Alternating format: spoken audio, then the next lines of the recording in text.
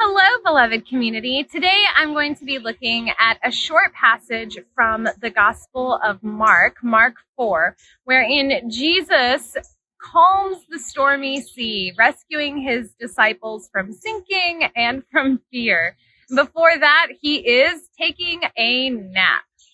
When I first looked at this story, this little narrative, I thought to myself, well, I love this little story. It's really fun. Jesus does some cool stuff, but what's really here? You know, Jesus calms the sea, and before that, he's taking a nap. And my co-pastor, Pastor Holly, very wisely told me, don't knock the nap.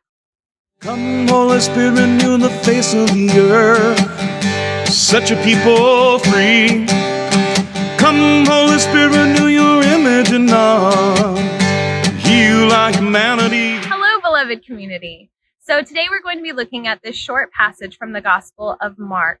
As I said before, in this passage, Jesus is preaching, and then as he does, he gets on a boat with his followers and they head out to sea. And before long, a windstorm rushes in and is battering the boats around. The boat's taking on water. Everybody's freaking out and concerned. The ship is sinking, and Jesus is found taking a nap. And the disciples are like, "What are you doing, man?" And he calms the seas and calms their fears, and everything is fine. I love this story because, it can remind us that, Jesus is with us even in the most chaotic times. I also love this image of a very God Jesus and very human Jesus, all in one little compact story. Jesus calms the seas and is absolutely present to his disciples. And before that, he's taking a nap. He's taking a nap because that's what human beings have got to do. I love in the Gospel of Mark, we even get this cute little detail that he's even got a cushion. He's getting all cozy in his nap. And this is a lovely thing to remember because Jesus, our God, is both God and human. And here he is doing this human thing, resting. And resting is important for human beings. And that's something that we need to remember and we need to hear. We live in a society where the voices around us can tell us that our value is measured by our productivity. I don't know about you, but there's been times when I have literally felt bad for taking a break. Like I'm not working as hard as I should be, or I'm letting people down if I have to take a sick day, or if I have to care for myself, or if I have to rest. We associate rest with shame. And the truth is that we humans were created to need rest, to need relaxation. We need to care for ourselves. Indeed, it is holy to rest and to nap.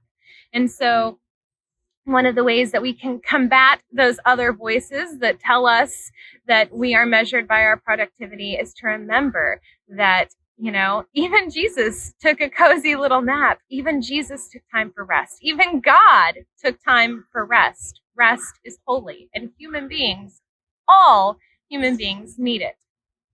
But maybe this is something you've heard before. Rightly so, talking about self-care is kind of in vogue right now. And, we can be, even if we don't always live into it, we can be really good at telling ourselves oh yeah, self-care.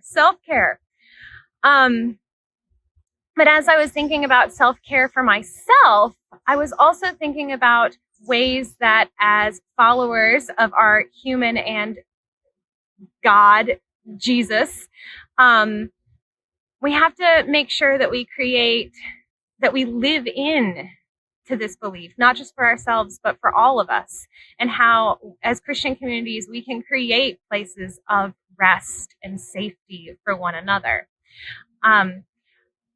One of the things that I really loved about the space that we used to meet in the basement of Druid Hills at Mercy is that it was a place where you could get a nap. You could get a cozy little nap. We even sometimes had cushions.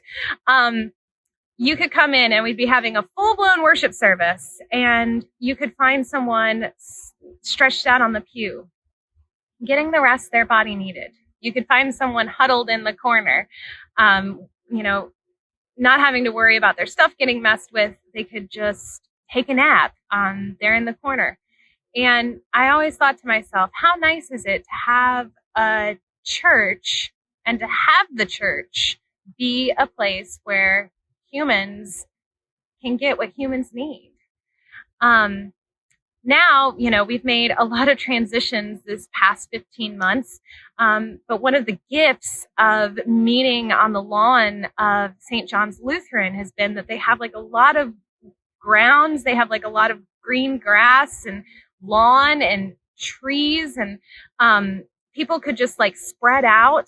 And even a couple days ago, we had, feet on the street shower truck there, and people were getting showers, people were eating.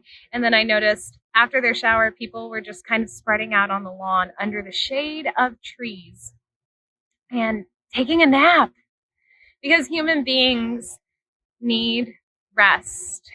Jesus models for us that even he needs to get a good nap in. And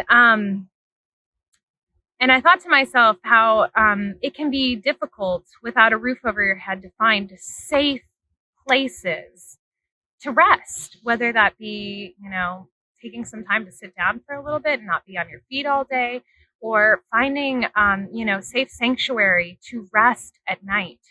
Your body needs rest.